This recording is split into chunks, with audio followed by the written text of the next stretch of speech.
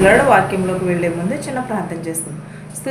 స్థుతులపైన శ్రీడువైన దేవానికి స్తోత్రాలు, నీకు వందనాలు. నేను గడిచిన కాలమంతే మమ్మల్ని కాచి కాపాడి సజీవ రెక్కలలో ఉంచినందుకు నీకు స్తోత్రాలు నాయన ప్రభా.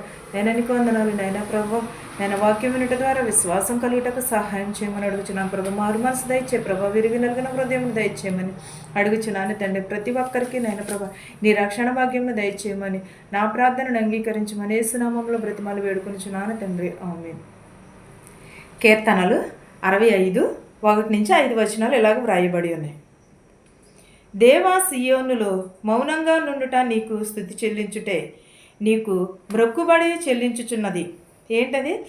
దేవుడు సియోనులో నుండి మౌనంగా ఉండుట కూడా, మనం మౌనంగా ఉండుట కూడా దేవునిని స్తుతించుటే అని అంటున్నాడు. మనము నిద్రపోతాము, చాలా లేచిన వెంటనే తండ్రి యేసునైనా ప్రభువా అని దేవునిని స్తుతిస్తూ ఉంటాం. మనం బయటకు వెళ్తాం, తండ్రి యేసునైనా ప్రభా స్తుతి అని అనుకుంటాం. ఒకవేళ మనం బండి నడుపుతాము, బండి మీద కూడా ఏమనుకుంటాం? యేసునైనా ప్రభా నీకు స్తోత్రాలనైనా, నీకు వందనాలనైనా ప్రభా, క్షేమంగా చేర్చు ప్రభా అని అనుకుంటా.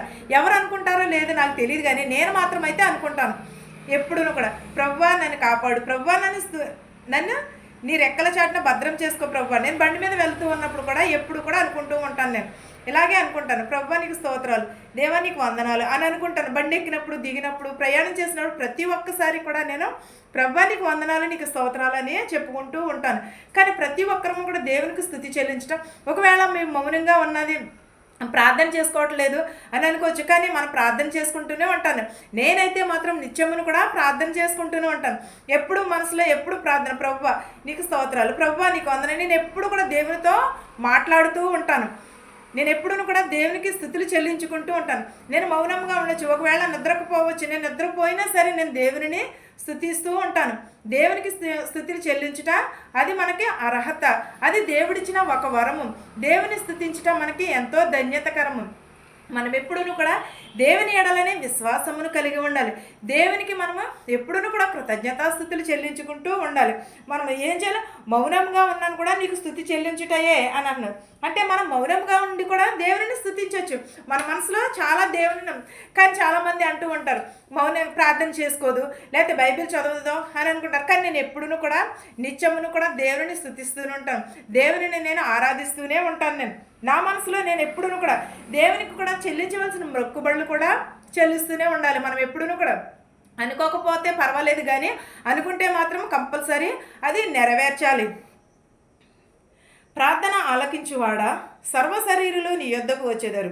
నా మీద మోపబడిన దోషములు భరింపజాలనివి, మా అతిక్రమములు నిమిత్తము నీవే ప్రాయశ్చిత్తము చేయుదువు. ఎలాగో ప్రార్థన ఆలకించువాడ సర్వశరీరులు కూడా నీ యొద్దకు వచ్చేదారు అన్నాడు. ప్రార్థన ఆలకిస్తున్నాము మనము, ప్రార్థన ఆలకించేవాళ్ళము. ఎవరు ఆలకిస్తారు ప్రార్థన? దేవుడు చూస్తున్నాడు కదా. దేవుడు మన ప్రార్థనని ఎప్పుడూ కూడా నిత్యమును కూడా ఆలకిస్తూనే ఉంటాడు. నిత్యము కూడా దేవుని ఎడల మనము ఎప్పుడూ కూడా కృతజ్ఞతాస్థుతులను చెల్లిస్తూనే ఉండాలి. దేవుని ఎడల మనం ఎంతో వినయమును కలిగి ఉండాలి. అప్పుడు దేవుడు మన ప్రార్థనను ఆలకిస్తాడు. నా మీద మోపబడిన దోషములు భరించిన వాడివి, అతిక్రమముల నిమిత్తము నీవే ప్రాయశ్చిత్తమన్నాడు. నిజంగా మన మీదకి కొంతమంది రాళ్ళు వేస్తూ ఉంటారు, ఎంతోమంది మనలను బెదిరిస్తూ ఉంటారు, ఎంతోమంది దేవునిలో ఎదుగుతున్నదినప్పుడు మనకు అనేకమైన బెడ్లు వేస్తూ ఉంటారు. కానీ వాళ్ళ కుటుంబంలో ఉన్నవి కూడా చూసుకోవాలి కదా. మనము అవన్నీ కూడా భరించి మనం నిలబడితేనే దేవుడు మన ప్రార్థనలను అంగీకరిస్తూ ఉంటాడు.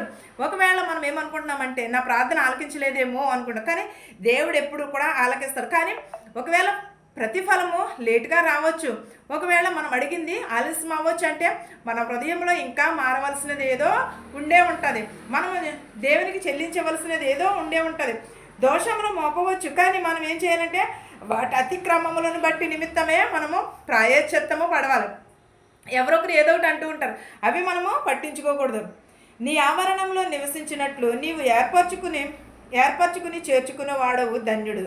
నీ పరిశుద్ధాలయము చేత, నీ మందిరంలోని మేలు చేత మేము తృప్తి పొందేదము. ఎవరి ఆవరణంలో?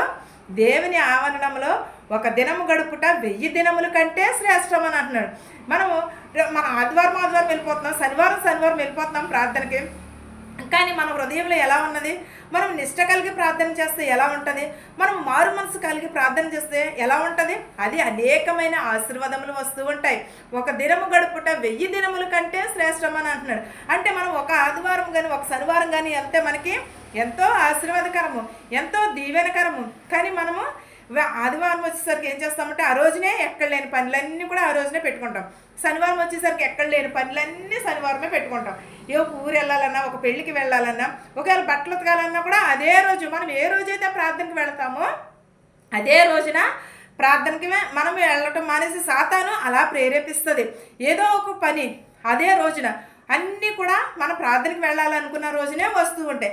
కానీ అవన్నీ మనం అతిక్రమించి అవన్నీ కూడా కొట్టివేసి దేవుని సన్నిధిలో గడుపుట 1000 దినముల కంటే శ్రేష్టము.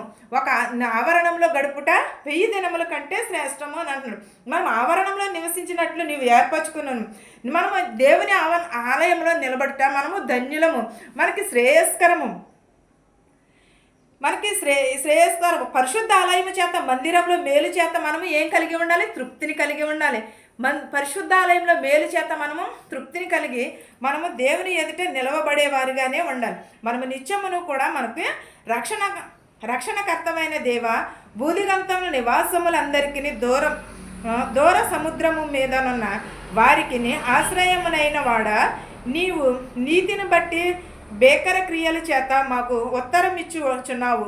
ఎలాగూ మాకు రక్షకుడవైన దేవా, నీవు భూదిగంతముల నివాసులందరికీ కూడా దూరంగా సముద్రము మీద ఉన్న వారికి ఆశ్రయమునైన వాడ, నీవు నీతిని బట్టి బేకరము క్రియముల చేత మాకు ఉత్తరం ఇచ్చుచున్నావు. అంటే మనకి ఏమై ఉన్నాడు? దేవుడు రక్షణ అయి ఉన్నాడు, కేడమునైన ఆలోచనకర్త, సృష్టి దేవుడు, సర్వోన్నతుడైన దేవుడు మనకి అని ఏమై ఉన్నాడు? రక్షణకర్త అయి ఉన్నాడు.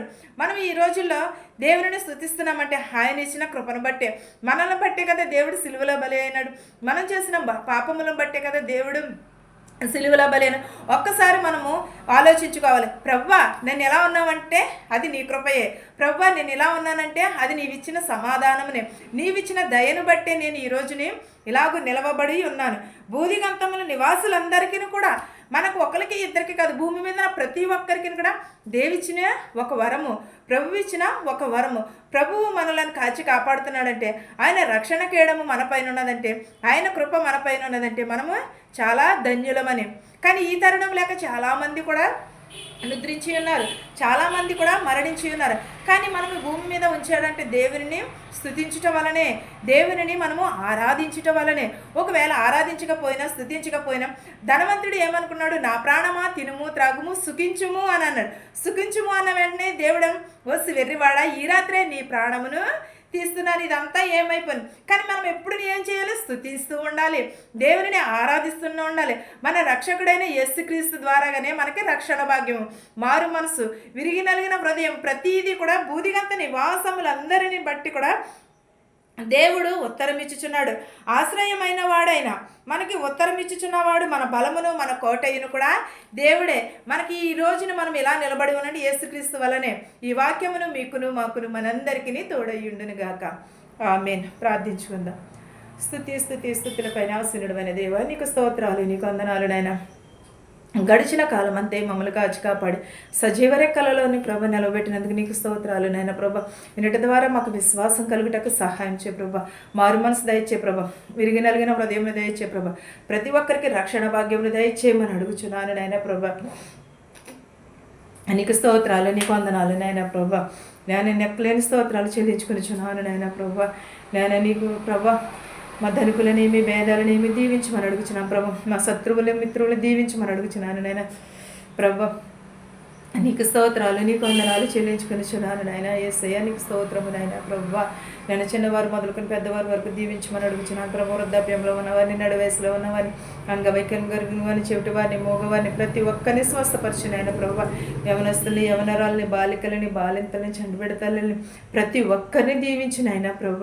వృద్ధాప్యంలో ఉన్నవారిని ప్రభ, నడువయసులో ఉన్నవారిని ప్రభ దీవించమని అడుగుచున్నాను ప్రభ. వెధవరాలు బిడ్డలను కూడా దీవించమని అడుగుచున్నాను నాయన ప్రభ. నేను ఇతర దేశాల్లో ఉన్న ప్రతి ఒక్క బిడ్డని పేరు పేరు చెప్పున దీవించినాయన ప్రభ. వారికి ఆరోగ్యం, శక్తిని దయచే ప్రభ. పని దొరుకుటకు సహాయం చేయ ప్రభా. పని లేదని అన్నారు ప్రభా, పని దొరుకుటకు సహాయం చేయ ప్రభా. మెడికల్కి వెళుచున్నారు, పీసీసీకి వెళుచున్నారు నైనా ప్రభా. మరి పీసీసీలోని మెడికల్లోని వచ్చుటకు సహాయం చేయమని అడుగుచున్నాను నైనా ప్రభా. ప్రతి ఒక్కరికి రక్షణ భాగ్యమును దయచేయమని అడుగుచున్నాను నైనా ప్రభా. నైనా నీకు స్తోత్రాలు, నీకు వందనాలు యేసయ్య. సర్వోన్నతుడా నీకు స్తోత్రము, నీకు వందనాలు చెల్లించుకునిచున్నాను నైనా ప్రభా. నేను యాక్సిడెంట్ అయ్యి ఉన్నారు ప్రభా అని కూడా లేవనెత్తిన ప్రభా. హాస్పిటల్లో నేను ప్రభా అనేకమైన రోగములతో వ్యాధులతో బాధపడుచున్నారు ప్రభా. వారందరినీ స్వస్థపరచు ప్రభా. క్యాన్సర్తో బాధపడుచున్నారు ప్రభా, పక్షవాతంతో బాధపడుచున్నారు ప్రభా. వారి లేవనెత్తమని అడుగుచున్నాను నాయన ప్రభా. ప్రతి ఒక్కరికి ప్రభా విరిగి నలిగిన హృదయమును దయచేయమని అడుగుచున్నాను ప్రభా. ప్రతి ఒక్కరికి రక్షణ భాగ్యమును దయచేయమని అడుగుచున్నాను నైనా ప్రభా. ప్రతి ఒక్కరికి ప్రభా మారు మనసు దయచేయమని, ప్రతి ఒక్కరి కుటుంబంలో ప్రభా శాంతిని సమాధానమును దయచేయమని అడుగుచున్నాను ప్రభా. మా దేశాలని మా సంఘాలని దీవించమని అడుగుచున్నాను నైనా. ధనుకులనేమి భేదాలనేమి దీవించమని అడుగుచున్నాను ప్రభా. మా శత్రువులు మిత్రువులు దీవించమని అడుగుచున్నాను నైనా ప్రభా. ప్రతి ఒక్కరికి మారు మనసు దయచేయమని, ప్రతి ఒక్కరికి విరిగి నలిగిన హృదయమును దయచేయమని క్రీస్తు నామములో బ్రతిమాలి వేడుకొనిచున్నాను తండ్రి. ఆమేన్. పరలోకమందున మా తండ్రి, నీ నామము పరిశుద్ధపరచబడును గాక, నీ రాజ్యం వచ్చును గాక, నీ చిత్తము పరలోకమందు భూమియందు నెరవేరినట్లును మా నిదిన ఆహారం నేడు మాకు దయచేయము. మరణస్తులను మేము క్షమించిన ప్రకారము మా మరణములను క్షమించము.